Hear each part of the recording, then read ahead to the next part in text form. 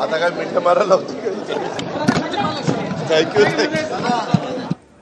तर संध्याकाळपर्यंत सांगणार मंत्रिमंडळामध्ये राहणार की नाही असं एकनाथ शिंदे यांनी म्हटलेलं आहे। शिंदेंचं संध्याकाळपर्यंत कळेल, मात्र मी तर शपथ घेणार अशी टोलेबाजी या ठिकाणी अजित पवार यांनी केली आहे। तर सर्व संभ्रम दूर होतील, थोडी कळ काढा असं देवेंद्र फडणवीस यांनी म्हटलंय।